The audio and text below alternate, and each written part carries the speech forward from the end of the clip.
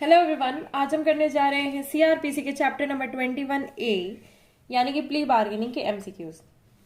ज़्यादा MCQs, actually कम MCQs नहीं है इसमें, एवरेज साइज ऑफ एमसीक्यूज है। ठीक है, 10-20 क्वेश्चंस तो अप्रोक्स हैं ही, तो हम जल्दी से कर लेते हैं। उससे आपका क्या होगा, ये वाला पोर्शन जो है वो कम्प्लीटली सही से अच्छे से हो जाएगा।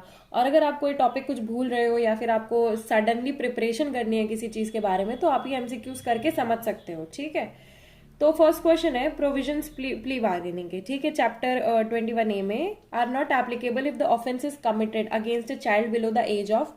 अब देखो, प्ली बार्गेनिंग वगैरह के बारे में है कि हाँ, प्ली बार्गेनिंग आपको कब कब मिलती है, कौन कौन से प्रोविजन, कौन कौन से केसेस में मिलती है। तो पहला तो जनरली मिल जाती है। ठीक है, अगर आपने डेथ पनिशमेंट वाला, लाइफ इम्प्रिजनमेंट वाला या 7 साल से ज्यादा कोई पनिशमेंट ना की हो, इससे ऊपर की कोई पनिशमेंट ना की हो, ठीक है, तो आपको मिल जाता है। पर अगर आप वुमेन चाइल्ड के अगेंस्ट करते हो, और चाइल्ड में भी 14 साल का है प्रोविजन, ठीक है, वुमेन चाइल्ड के अगेंस्ट करते हो या फिर सोशियो इकोनॉमिक रीजंस की वजह से अगर कुछ होता है, तो आपको, यानी कि वुमेन हो गया, चाइल्ड हो गया, सोशियो इकोनॉमिक रीजंस, ठीक है, उसकी वजह से करते हो। और चाइल्ड में कितना है, 14 ईयर्स है। ठीक है, तो आंसर क्या हो गया इसका, 14।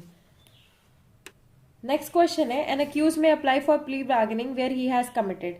ठीक है, अक्यूज करेगा तो वहां पे क्या उसने कमिट किया होगा, उसने कमिट किया होगा, देखो पहला तो offence for which punishment imprisonment exceeding 7, देखो ये 7 साल से ज्यादा की है तो यहाँ पे नहीं होगा। ये क्या है, सोशियो इकोनॉमिक कंडीशन, तो ये नहीं होगा।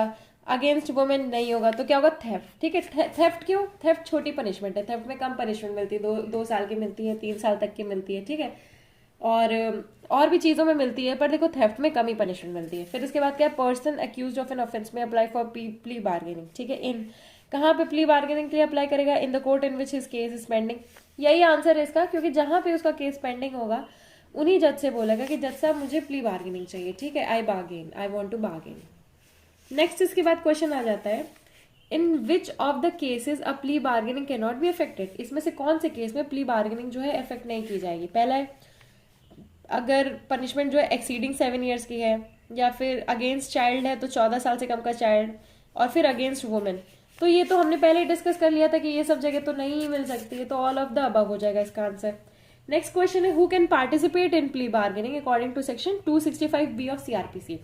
जब मैंने आपको 265B करवाया था तो उसमें मैंने एक्सप्लिसिटली बताया था कि कौन कौन पार्टिसिपेट करेगा और कौन कौन नहीं करेगा, तो नहीं है, कौन कौन करेगा है। तो फर्स्ट ऑप्शन है the accused and the victim, second है accused, victim, prosecution, investigation officer और म्यूचुअल सेटिस्फैक्ट्री डिस्पोजिशन। तो ये जो है ये क्वेश्चन, इसका आंसर है अक्यूज्ड एंड विक्टिम। ठीक है, अक्यूज्ड एंड विक्टिम तो कर ही सकता है। फिर इसके बाद दूसरी चीज है prosecution, investigation officer for mutual satisfactory disposition. ठीक है, इसमें ये लोग कर सकते हैं। कौन कौन कर सकता है, accused, victim, prosecution, investigation officer for mutual satisfactory disposition. तो इसका आंसर है बी। ठीक है, अब इसके बाद नेक्स्ट क्वेश्चन पे आते हैं हम लोग। नेक्स्ट क्वेश्चन है, प्ली बार्गेनिंग, ये जो नया चैप्टर है प्ली बार्गेनिंग का, उसमें कितने सेक्शंस हैं, कहाँ से कहाँ तक है। तो मैंने आपको बताया था PLEA है ना, तो L तक है। ठीक है, 65A से लेकर के 265L तक। तो क्या आ गया इसका आंसर, इसका आंसर है बी। नेक्स्ट क्वेश्चन है इसका, the offense affecting the socio economic condition of the country to which plea bargaining is not applicable shall be notified by. अब देखो, सोशियो इकोनॉमिक कंडीशंस के बारे में कौन नोटिफाई करेगा, कौन सी गवर्नमेंट जो है वो नोटिफाई करेगी।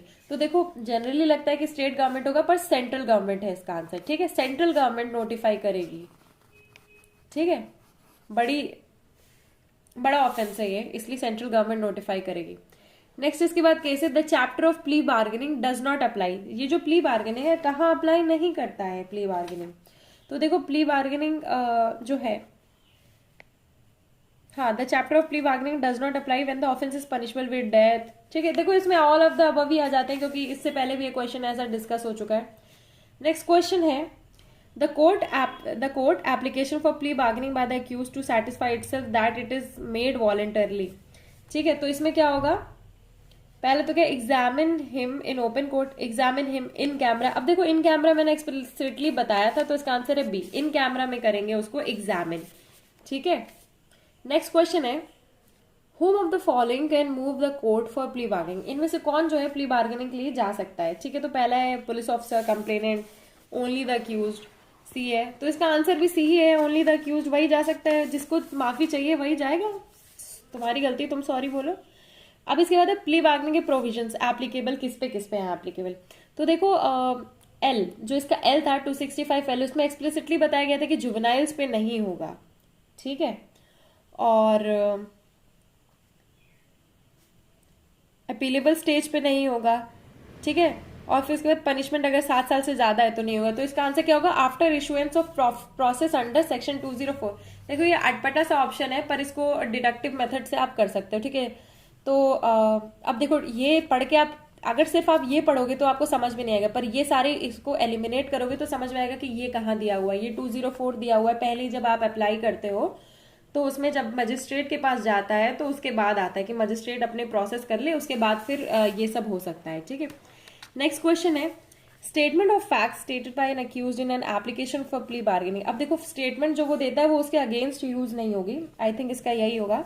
तो इसमें है can not be used for any other purpose except for the purpose of plea bargaining, यही इसका आंसर है, ठीक है। इसके बाद इसका नेक्स्ट क्वेश्चन है guidelines for mutual satisfactory disposition are covered under section, कौन से सेक्शन में कवर्ड है कोड के? क्यों म्यूचुअली सेटिस्फैक्ट्री डिस्पोजिशन, तो ये कौन सा सेक्शन है म्यूचुअली सेटिस्फैक्ट्री? पहले तो म्यूचुअली सेटिस्फैक्ट्री डिस्पोजिशन बी में इंट्रोड्यूस हुआ, ठीक है, तो उसकी गाइडलाइंस कहां पे आई? सी में। तो इसका आंसर क्या है? इसका आंसर है 265 सी, यानी कि ए ऑप्शन। इसके बाद नेक्स्ट क्वेश्चन आता है in case of plea bargaining by the parties, plea bargaining parties कर रही हैं, तो इसमें क्या है? No judgment may be delivered, कोई जजमेंट डिलीवर होगा या नहीं डिलीवर होगा, या फिर judgment may be delivered in private to the parties, नहीं, judgment shall be delivered in open court, या फिर the bargain struck by the parties is to operate as the judgment, ठीक है। जो बार्गेन एक्चुअली देखो judgement shall be delivered in the open court, judgement जो है वो डिलीवर हो जाएगा ओपन कोर्ट में बाद में, ठीक है। नेक्स्ट इसके बाद है इन प्ली बार्गेन हु में पार्टिसिपेट, कौन कौन पार्टिसिपेट कर सकता है? तो क्या है कि police officer, investigating the case, victim, accused, ठीक है, ऑल ऑफ द अबव कर सकते हैं। नेक्स्ट इसके बाद है plea bargaining under Indian law implies, Indian law में जो प्ली बार्गेनिंग है वो क्या इम्प्लाई करता है? तो देखो उसमें है बार्गेन फॉर लेसर पनिशमेंट और release on probation on accepting the charge, ठीक है। देखो तुमने चार्ज एक्सेप्ट कर लिया, अब उसमें क्या है? बार्गेन करना है तुम्हें कि हमें लेसर पनिशमेंट दो, लेसर पनिशमेंट, ठीक है। नेक्स्ट क्वेश्चन है right of an accused for plea bargaining in India relates to, ठीक है, जो अक्यूज का राइट है वो किससे रिलेट करता है? Plea bargaining is equals to plea bargaining is equals to charge bargaining, ठीक है, यानी कि आप चार्ज बार्गेन करते हो।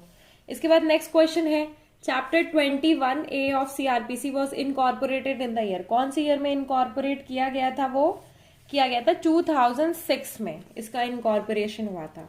इसके बाद नेक्स्ट क्वेश्चन है chapter of plea bargaining is added in CrPC by the, कौन से अमेंडमेंट से ऐड किया गया था इसको, प्ली बार्गेनिंग वाले चैप्टर को? तो इसको ऐड किया था, देखो 2005 में अमेंडमेंट आया था जो 2006 में अप्लाई हुआ था, क्या है? Criminal law amendment act 2005, act number 2 of 2006, ठीक है, एक्ट 2 पॉपकॉर्न। अब इसी के साथ जो है हमारे प्ली बार्गेनिंग वाला जो चैप्टर है कंप्लीट होता है। अगर आपको ये वीडियो वगैरह अच्छी लगती है तो please do like share and comment.